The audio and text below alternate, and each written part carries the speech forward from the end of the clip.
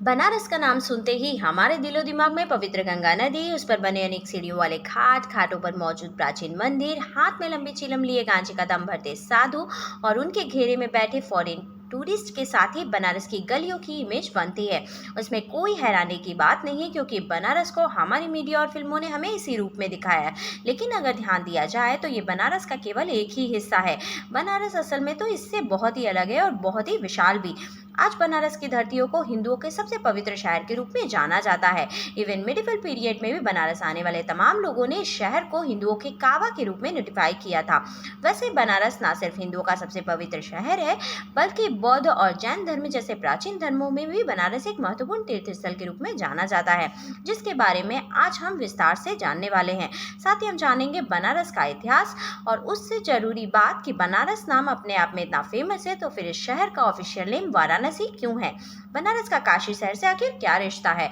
Hello everyone, मैं आकृति अग्रवाल आज आपके सामने एक नया वीडियो लेकर उपस्थित। अपने आज के वीडियो में हम बात करेंगे वाराणसी के बारे में। तो चलिए बिना देर के वीडियो को शुरू करते जानते इस बारे में डिटेल में। हिंदू धर्म की यदि बात करें तो हमारे सभी प्रमुख धर्म ग्रंथों में जैसे कि वेद, पुराण, उपनिषद और महाभारत आदि में बनारस का काशी नाम से वर्णन देखने को मिलता है। स्कंद पुराण के काशी खंड में लगभग 15,000 श्लोकों में काशी के विभिन्न तीर्थों का वर्णन किया गया है।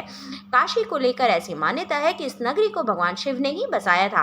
देवी पार्वती से विवाह करने के बाद भगवान शिव देवी पार्वती के साथ काशी आए थे और उन्होंने इस जगह को कभी भी छोड़कर ना जाने की बात भी की थी।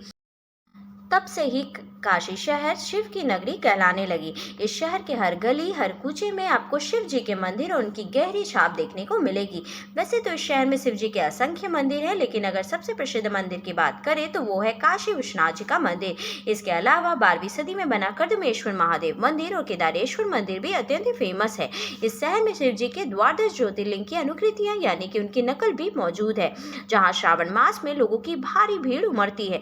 इन ज्योतिर्लिंगों को लेकर ऐसी मान्यता है कि भगवान शिव ने अपने उन भक्तों के लिए काशी में 12 ज्योतिर्लिंगों का दर्शन दिया था, जो अलग अलग जगहों पर जाकर दर्शन करने में असमर्थ थे।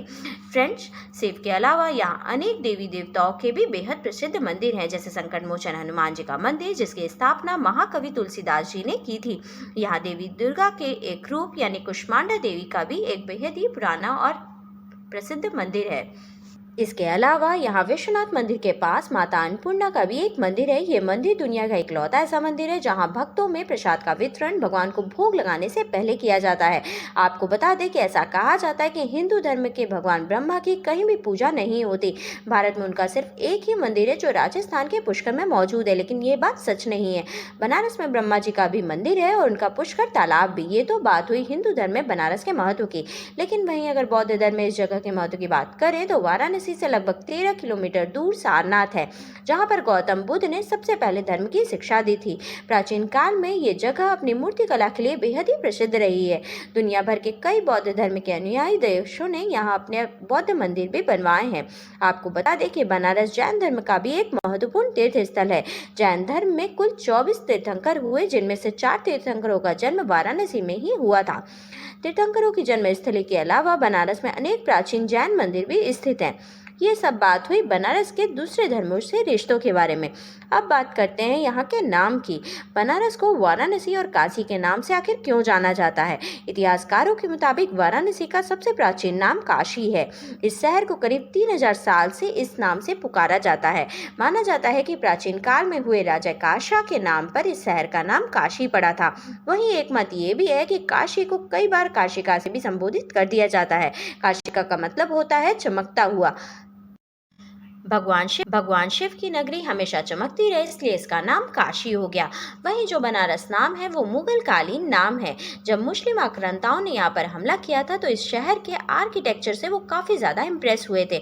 उस समय के जो मुस्लिम कवि थे या फिर शायर थे, उन्होंने जब यहाँ की खूबसूरती, संपन्नता और खुशहाली को देखा तो उन्होंने इस शहर को परिभाषित करते हुए कहा कि रस या शरबत से डूबा हुआ एक ऐसा शहर जो अपने आप से बना हुआ है, यानी कि बना हुआ रस। जब आम बोलचाल की भाषा में इसका यूज होने लगा तो वो बनारस बन गया। साल 1956 ईस्वी तक इस शहर को बनारस के नाम से ही जाना जाता था। इसके बाद इसका नाम बदल दिया गया और दो नदियों वरुणा और अस्सी के बीच बसा हुआ होने की वजह से इस शहर का नाम वाराणसी रख दिया गया, जो करेंट टाइम में शहर का ऑफिशियल नेम भी है। हालांकि आज भी लोगों के बीच बनारस नाम काफ़ी ज़्यादा पॉपुलर है। अब अगर बात करें वाराणसी के इतिहास की, तो वाराणसी यानी कि काशी प्राचीन समय में एक रिलीजियस सेंटर के साथ ही इंडस्ट्रियल सेंटर भी हुआ करता था, जो अपने मलमल, रेशमी कपड़ों, इत्र, हाथी दांत और मूर्तिकला के लिए जाना जाता था। वहीं 600 ईसा पूर्व के समय यानी महात्मा बुद्ध के समय काशी धार्मिक, शैक्षिक और कलाकारी का केंद्र रहा। और ये बात चाइनीज ट्रैवलर विन सांखे द्वारा भी बताई गई है, जो इस समय इस शहर के दौरे पर आए हुए थे। इतिहास के पन्नों को जब आप खोलेंगे तो आपको पता चलेगा कि 1194 ईस्वी के बाद से जब मुस्लिम आक्रांताओं ने यहाँ पर आक्रमण किया तो उन्होंने धीरे धीरे काशी को नष्ट करना शुरू कर दिया।